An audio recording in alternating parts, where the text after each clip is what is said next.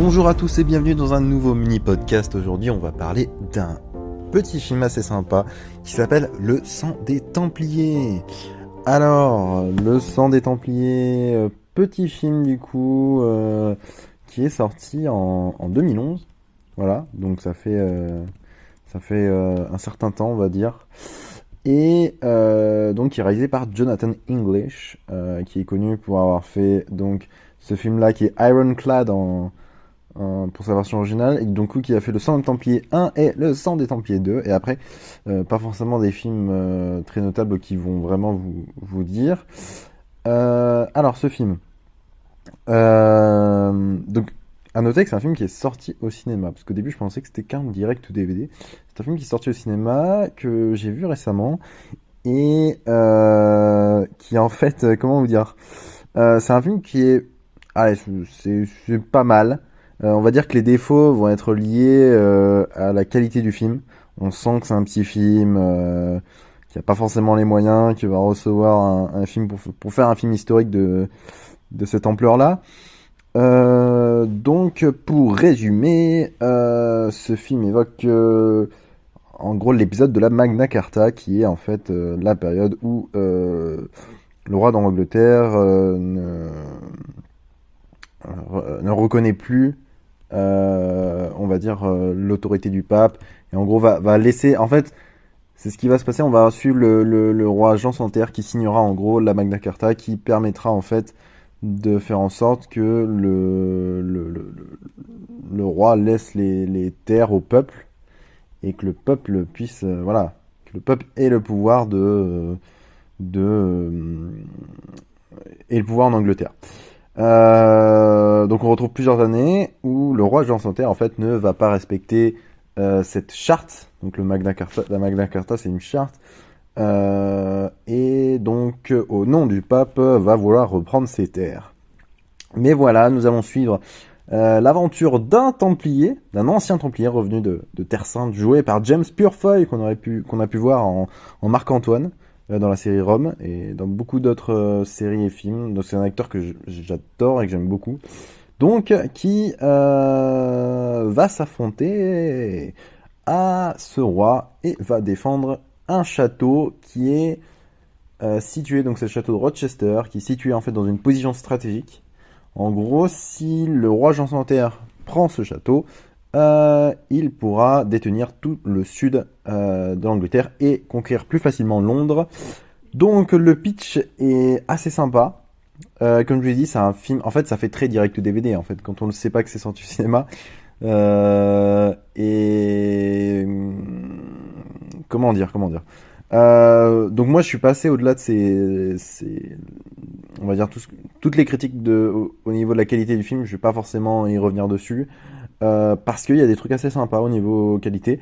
Je trouve qu'à la différence d'un film classique historique, on a pas mal de violence. Donc ça c'est cool. C'est cool pas parce qu'il y a de la violence, mais je veux dire, en aspect graphique, c'est vrai que souvent les films historiques où on va avoir des chevaliers, ils vont se percer, voilà, on va pas forcément voir grand chose. Là on va avoir des mains découpées, des pieds découpés, des têtes tranchées, donc c'est assez sympa. Le film...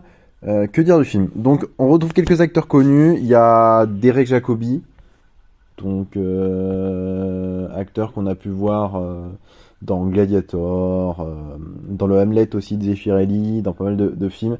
Acteur assez connu. Dans le Roi Jean, on a Paul Giamatti ou Giamatti, comme on le dit, on l'a pu le voir dans La Jeune Fille de l'eau, dans Winter Break très récemment. Kate Mara. Alors Kate Mara, ça peut-être pas vous dire, mais c'est une petite rousse qui apparaît dans pas mal de films.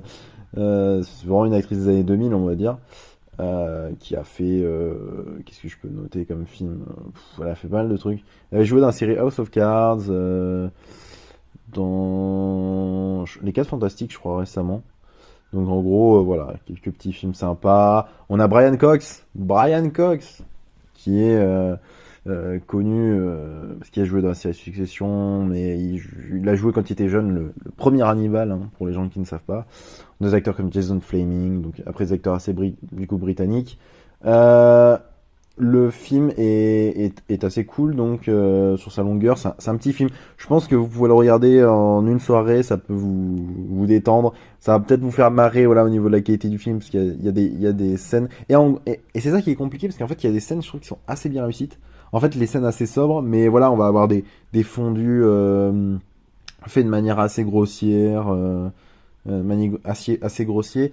Voilà, on va avoir des choses qui où on ressent ces films des années 2000 un peu direct ou DVD. Euh, Après, dans son ensemble, ce qu'on peut dire de ce film, c'est qu'en gros, il évoque En fait, ça fait un peu penser à... C'est Rio Bravo, ou Rio Lobo, plutôt Rio Bravo, mais version moyenâgeuse. Hein. On tient un poste. En fait, la majorité de films, ça va se passer dans ce château à protéger, là, que j'évoquais tout à l'heure. Même si on a tout un début, on a un début qui est en fait un peu moins excitant. Je veux dire, le film nous prend vraiment quand il y a ce positionnement sur ce château à défendre, et là vraiment on va s'attacher aux personnages, on va commencer à découvrir. Les personnages meurent assez vite, ils meurent assez vite.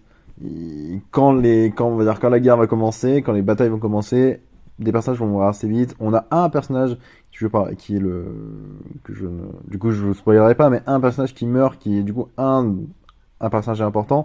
Où là on va avoir une scène assez intéressante avec le roi Jean, qui est assez cool comme scène. Même sur lui, c'est un personnage qui est assez intéressant, le roi Jean, parce que on va avoir des scènes où lui va vers des scènes seules sur lui où il va se remettre en cause. Vous avez des trucs assez pas mal.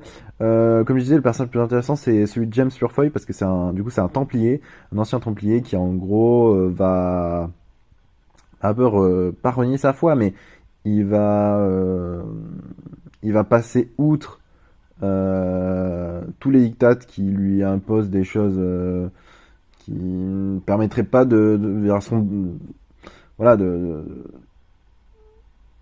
faciliter son bonheur et sa liberté. Il va pouvoir tomber amoureux, voilà, il y a des choses comme ça. Bon, ça permet aussi d'instiller une intrigue amoureuse, comme dans à peu près tous les films, tous les films historiques. James Purefoy est incroyable dans le rôle. Je trouve que au début, il joue vraiment un gars assez où on sent qu'il a du passé, qu'il a découpé des gens avant, et que ça va barder quoi s'il arrive. Voilà, donc ça c'est à peu près tout ce qu'on pourra dire sur le film. Une fin bon très vite expédiée. Euh, je pense ça aurait pu. En vrai, pour ne vraiment pas attaquer le film et pour vraiment pas être là à dire voilà c'est un film comme ci, c'est un film comme ça.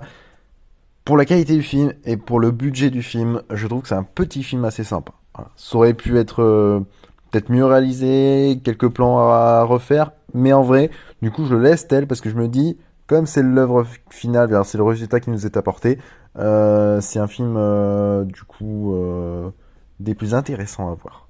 Voilà. Et si vous êtes fan, moi c'est parce que j'adore les films historiques ou les films qui se passent sur des périodes voilà, beaucoup plus anciennes et moyenâgeuses, je vous conseille ce film. Dans le même style. Genre, parce que là, ça me parle de Templiers, donc je pense un peu à tout ce qui est film qui touche aux croisades. On peut avoir Arne, qui est un film danois, si je dis pas de bêtises, mais vers qui est un film euh, euh, des pays nordiques, qui est assez cool. Sinon, on peut avoir Kingdom of Heaven. Après, sur Angleterre, il y a pas mal de séries, Les Piliers de la Terre, des séries comme ça qui sont de très bonne qualité. Série sur Cromwell. Non, en fait, il y a énormément de choses. Donc, voilà. Je vous conseille de voir ce film. Et je pense que vous passerez quand même un bon moment. Vous pourrez rigoler à certaines scènes. Je pense que c'est assez cool. Voilà. C'était tout ce que je pouvais dire sur ce petit film, Le sang des Templiers. Et du coup, merci. Et à la prochaine pour un nouveau mini podcast.